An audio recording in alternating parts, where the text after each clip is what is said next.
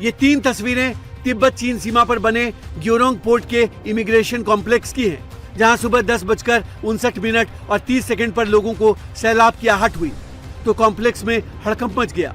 लोग जान बचाकर भागने लगे, लेकिन महज 20 सेकंड के अंदर लाखों टन मलबा लिए सैलाब इमिग्रेशन सेंटर की 5 मंजिला इमारत से टकराया और अगले महज 30 सेकंड में 200 फीट ऊंची इमारत मलबे में समा गई।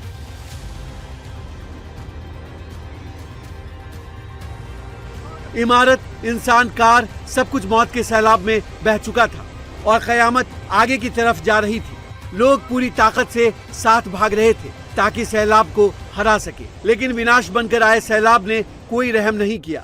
10 सेकंड के भीतर यहाँ जिंदगी का नामो निशान मिट गया।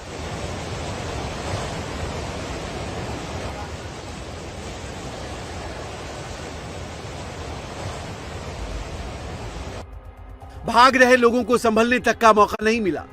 सैकड़ों गाड़ियां मलबे में दब गई, कई लोग मलबे में दब गए। तिब्बत चीन के ग्योरोंग इमिग्रेशन सेंटर इतना अहम क्यों है, अब जरा इसे भी समझ लीजिए। ग्योरोंग इमिग्रेशन सेंटर से कैलाश यात्रा का परमिट मिलता है। यहीं से श्रद्धालु कैलाश मानसरोवर यात्रा के लिए तिब्बत में एंट्री करते हैं। जब यहाँ सैलाब आया उस वक्त कैलाश मानसरोवर यात्रा के लिए भारत का एक ग्रुप यहाँ मौजूद था।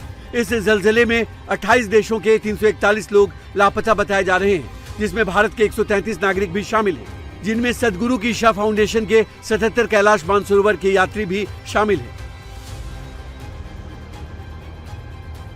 वहाँ पे नदी में अचानक बाढ़ आने से बहुत सारी जो खबर आ रही, बहुत सारे लोगों की जाने गई हैं, बहुत सारे लोग लापता हैं और उसमें हमारे हिंदुस्तान से गए हुए करीब 130-33 लोगों की भी अभी खबर नहीं मिल पा रही है।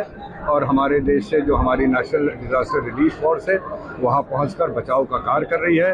उन लोगों को जो लापता लोग हैं उनको ढूंढने में लगा है और जितना यथासंभव प्रयास हो सकेगा वो पूरा प्रयास, पूरी कोशिश हम लोग नेपाल के सरकार के साथ मिलकर कर रहे हैं और करेंगे कि ज़्यादा से ज़्यादा लोग वहाँ हम लोग ढूंढ लें, उनको निकाल लें और खतरे से बचा सकें। चीन से आए सैलाब से नेपाल के रसुआ में किस कदर तबाही मची है उसकी गवाही ये तस्वीरें दे रही हैं।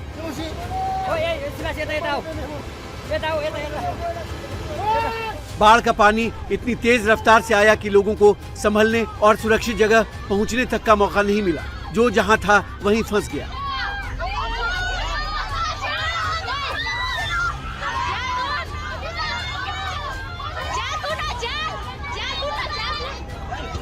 तिब्बत से पानी नेपाल में घुसा तो सबसे पहले चपेट में ये पुल आया। ये पुल नेपाल को तिब्बत से जोड़ता है। पानी के साथ इतना मलबा था कि पुल पल भर में ही टूट गया।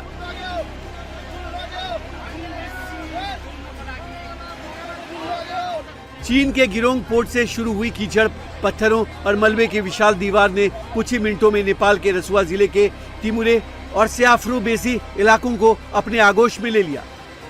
8-10 ट्रक बगाएको, घर बगाएको, मान्छे बगाएको मैले देखेँ। हृदय विदारक घटनाहरू, माथिबाट पनि ट्रकहरू बगाएर ल्याएको देखेँ। त्यति ठुलो क्षति मैले देखेँ। आजसम्म मैले देखेको थिएन। 18 वर्ष भयो, तर 18 वर्ष पहिलोचोटि मैले यस्तो घटना देखेको। बोटे कोशी नदी का जलस्तर अचानक बढ़ने से कई घरों को नुकसान पहुंचा। सैलाब ने नदी किनारे बसे पूरे टाउन को अपनी चपेट में ले लिया।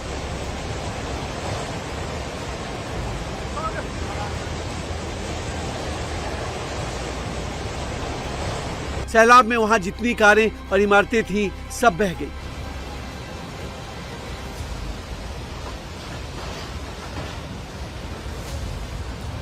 रसुआ में तबाही के बाद हर तरफ मलबा ही मलबा नजर आ रहा है। लोग रस्सियों के सहारे कीचड़ में फंसे लोगों को निकालने में लगे।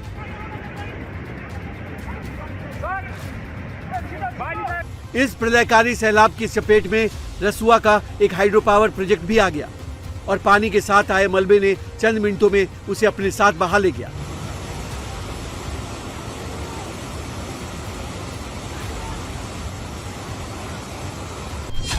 नेपाल में आए इस महाप्रलय में 9 हाइड्रो पावर प्रोजेक्ट, 35 पुल, 45 सस्पेंशन ब्रिज, 300 से ज्यादा ट्रक, गाड़ियां और नेपाल चीन को जोड़ने वाले 42 किलोमीटर लंबा बेटरावती रसुआ गढ़ी हाईवे भी बह गया।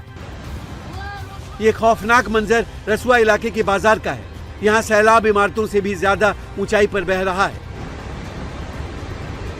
यहाँ बने घर तिनके की तरह बह गए। हर तरफ चीख पुकार मच गई।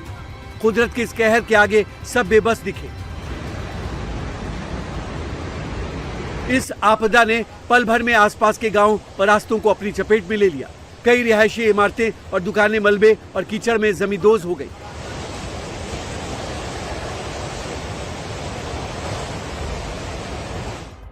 फंसे लोगों तक पहुंचने और रेस्क्यू के लिए नेपाल सेना और दूसरी निजी एजेंसियों के 15 हेलीकॉप्टर को काम पर लगाया गया है। इसके जरिए लोगों का रेस्क्यू किया जा रहा है।